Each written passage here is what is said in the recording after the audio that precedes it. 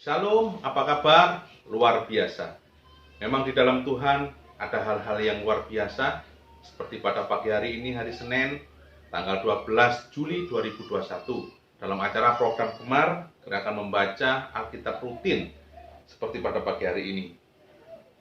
Kita tahu dan kita sadar bahwa kita sebagai manusia hidup di dunia ini merupakan suatu perjuangan iman.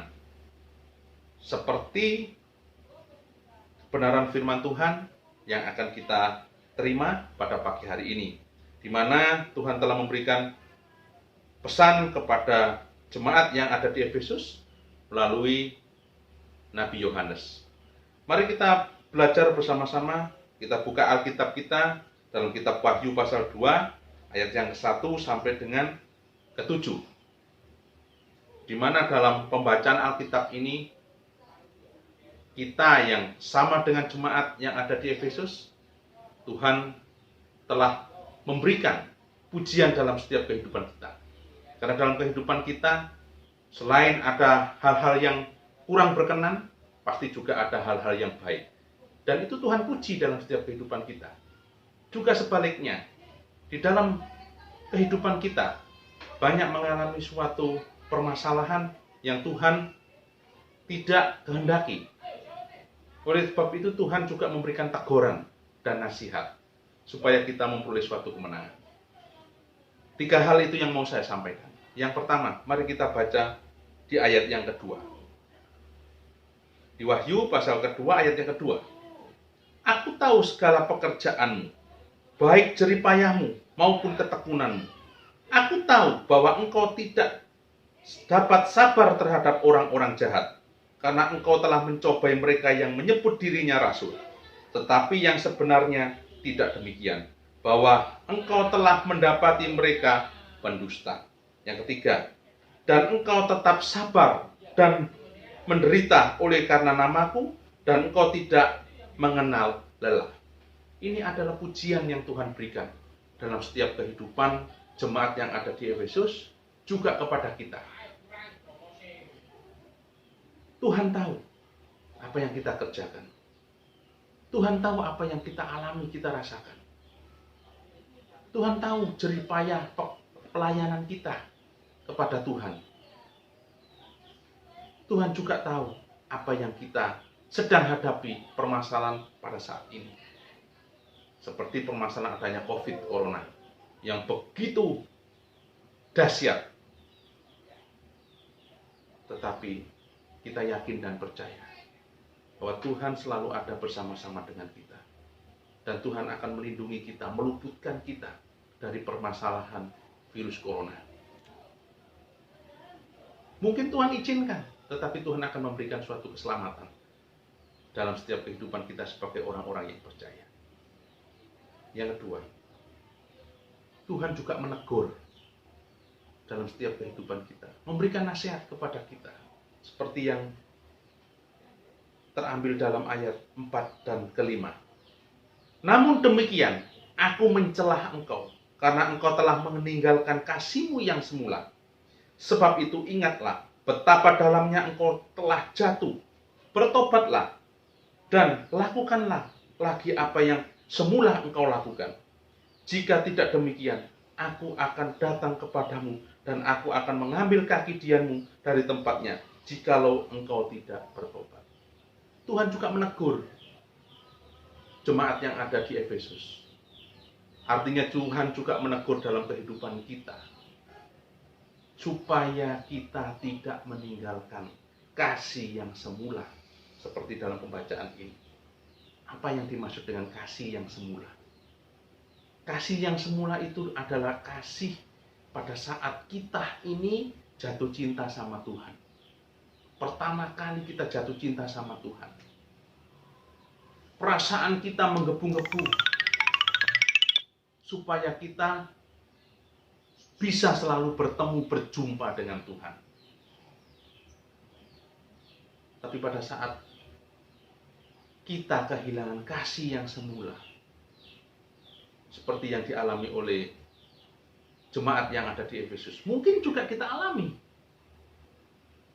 Pada saat kita pertama kali bertemu dengan Tuhan, berjumpa dengan Tuhan, kita jatuh cinta sama Tuhan, kita tahu bahwa kita sudah menjadi hidup baru, kita rajin ke gereja, kita rajin melayani. Tetapi setelah kita sudah lama mengenal Tuhan, kita tidak tambah cinta kasih kita sama Tuhan, malah menurun seperti yang dialami oleh jemaat yang ada di Efesus. Kita juga mungkin mengalami hal yang sama. Arti atau gambaran yang paling mudah yang sering kita alami. Pada saat kita membutuhkan suatu pekerjaan, kita dapat suatu pekerjaan. Pada awal masuk bekerja, wah, kita semangat. Mandi pagi, baju bersih, wangi, disetrika, kita kerja benar, datang tidak terlambat, kita nyampe di tempat kita kerja, kita langsung bekerja. Tetapi setelah hari demi hari, minggu demi minggu, bulan demi bulan, tahun demi tahun, mulai kita sering datang ke pekerjaan kita terlambat. Kita datang tidak langsung bekerja, tapi kita pegang HP, kita lihat WhatsApp, kita lihat Facebook. Setelah itu kita cari kopi, minum kopi.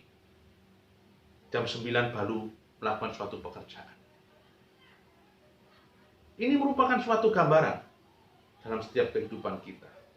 Oleh sebab itu Tuhan menegur, supaya kita tidak kehilangan kasih yang semula. Kasih yang dari awal. Tuhan berharap supaya kita mengasihi Tuhan dari awal, pertengahan, sampai terakhir. Kita tetap bersemangat. Kita tetap menghargai kehadiran Tuhan dalam setiap kehidupan kita. Maka yang ketiga, apabila kita dalam perjuangan untuk mempertahankan iman kita, ketulusan hati kita, maka Tuhan akan memberikan janji seperti yang tertera di dalam ayat yang ke-7. Siapa bertelinga, hendaklah ia mendengar apa yang dikatakan Roh kepada jemaat. Barang siapa menang, dia akan kuberi makan dari pohon kehidupan yang ada di taman Firdaus Allah. Jadi, kalau kita menang dalam pertandingan iman ini, kita bisa mempertahankan kasih yang semula yang Tuhan berikan, dan kita bisa menjaga sampai titik darah penghabisan, sampai Tuhan memanggil kita dan Tuhan mendapati kesetiaan kita dengan iman yang sempurna. Maka Tuhan akan memberikan berkat yang luar biasa. Kita hidup akan memperoleh berkat. Makanan, minuman, kesehatan, semua akan diberikan kepada kita. Seperti janji Tuhan dalam setiap kehidupan kita. Kita akan diberikan makanan dari pohon kehidupan yang ada di Taman Firdaus. Berkat dari surga akan dicurahkan kepada kita semua. Oleh sebab itu, mari kita bersama-sama mempertahankan iman percaya kita, kasih yang Tuhan berikan, kasih yang semula-mula, sampai Tuhan datang kedua kalinya. Demikian atas renungan firman Tuhan pada pagi hari ini. Mari kita tutup dalam doa.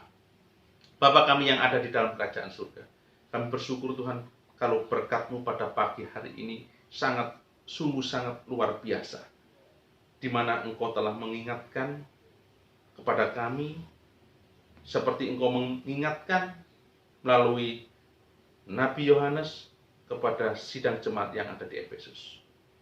Kami tahu bahwa Engkau memberikan pujian atas kesetiaan kami.